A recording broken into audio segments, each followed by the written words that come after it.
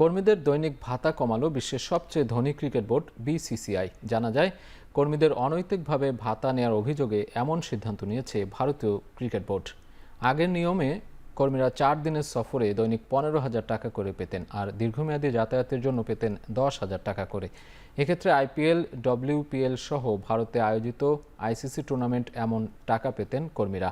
এছাড়া এককালীন ভাতা হিসেবে 7,500 টাকা দেয়া হতো। নতুন নিয়মে এককালীন ভাতা উঠিয়ে দেওয়া হয়েছে। এখন সব ক্ষেত্রেই দৈনিক ভাতা 10,000 টাকা করা হয়েছে। ট্যাক্স দেওয়ার পর প্রত্যেক কর্মীরা পাবেন 6,500 টাকা করে। এদিকে এবছরের জানুয়ারি থেকে বিসিসিআই এর কর্মীদের ভাতা দেয়া হয়নি। এ নীতি প্রকাশের পর এখন বকেয়া টাকা দেয়া হবে জানায় board of control for cricket in India.